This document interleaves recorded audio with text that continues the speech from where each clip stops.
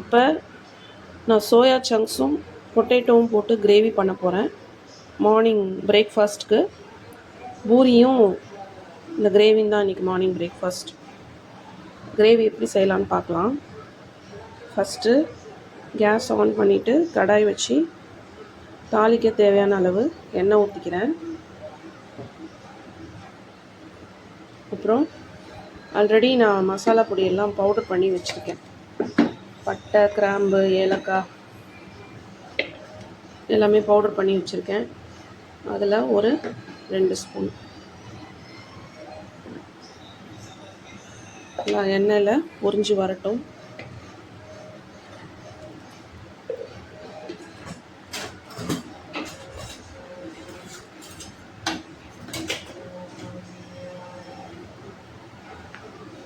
பொரிஞ்சு வந்தோன்னே நான் ஏற்கனவே நறுக்கி கட் பண்ணி வச்சுருக்கேன். ஒரு சின்ன சைஸ் பெரிய வெங்காயம், உருளைக்கிழங்கு ஒன்று வாஷ் பண்ணிவிட்டு நறுக்கி வச்சுருக்கேன். டொமேட்டோ, தக்காளி ஒன்று, புதினா, கருவேப்பிலை, கொத்தமல்லி எல்லாம் நறுக்கி வச்சுருக்கேன். ஒரு காரம் கம்மியாக தான் போடுவேன். ஒரு பச்சை மிளகா இதெல்லாம் நறுக்கி வச்சுருக்கேன். இப்போ ஒன்று ஒன்று ஆட் பண்ணேன்.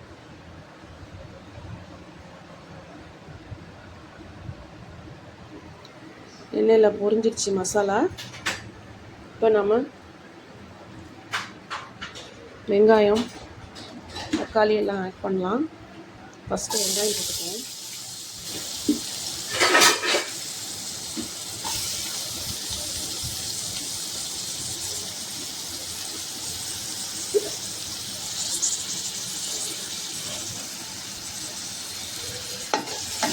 நல்லா வதக்கிக்குவோம்.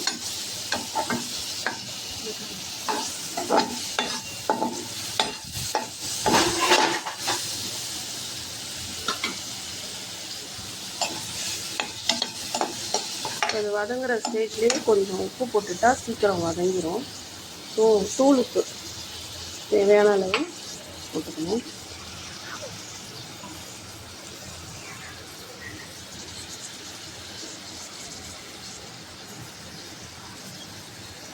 இந்த காயெல்லாம் நான் பின்னாடி ஆட் பண்ணுவேன் வெஜிடபிள்ஸ்லாம். ஸோ அதுக்கேற்ற மாதிரி நான் சால்ட் போட்டுட்டேன்.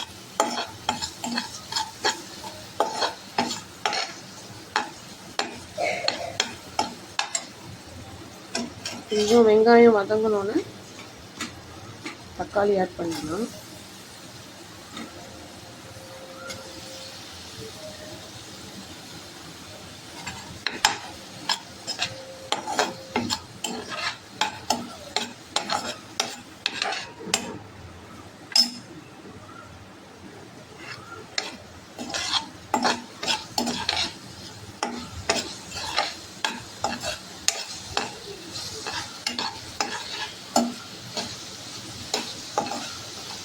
நல்லா வதங்கட்டும்.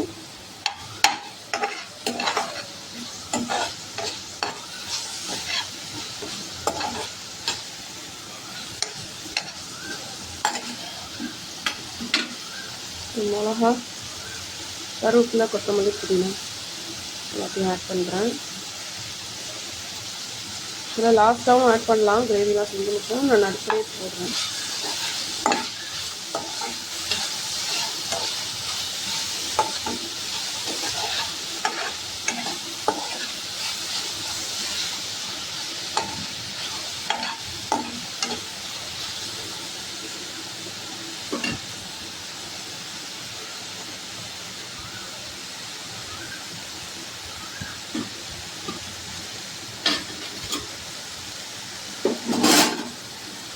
உருளைக்கிழங்கு ஆட்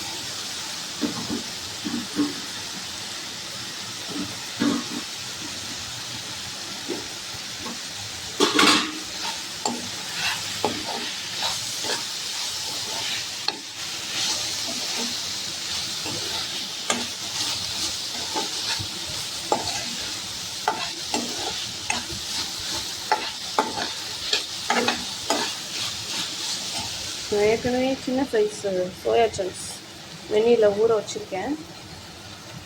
ஒரு 1/2 அன் ஹவராக ஊறிட்டுருக்கு. அதை அப்படியே புழிஞ்சு எடுத்து போட்டுக்கலாம்.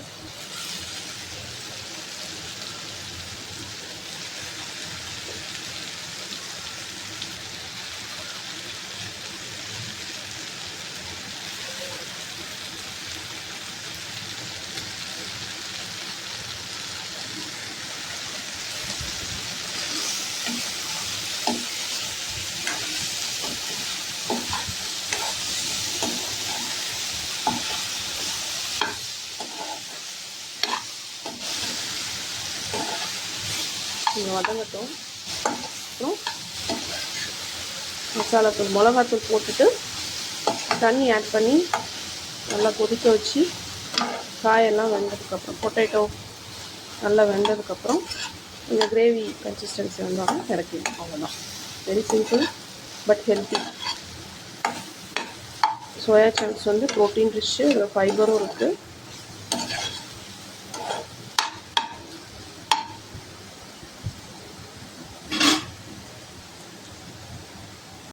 மஞ்சள் பொடி, இஞ்சி பூண்டு பேஸ்ட் போட்டு தேவையான அளவு தண்ணி ஊற்றி வச்சுருக்கேன். நல்லா கொதிக்கட்டும். கொதிஞ்சோன்னே potato soya chunks gravy ready ஆகிடும்.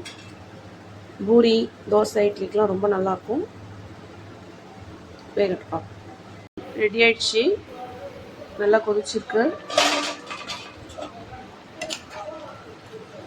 பொட்டேட்டோ நல்லா வெந்துருச்சு. இந்த தண்ணி கொஞ்சம் வற்றினாலும் கொஞ்சம் கிரேவியாக வந்தோன்னு எடுத்துடலாம். பக்கத்துலேயே நான் பூரிக்கு தேய்ச்சி வச்சுருக்கேன். இது சப்பாத்தி ஃப்ரை பண்ணி சைட் டிஷ்ஷாக வச்சுக்குவீங்க.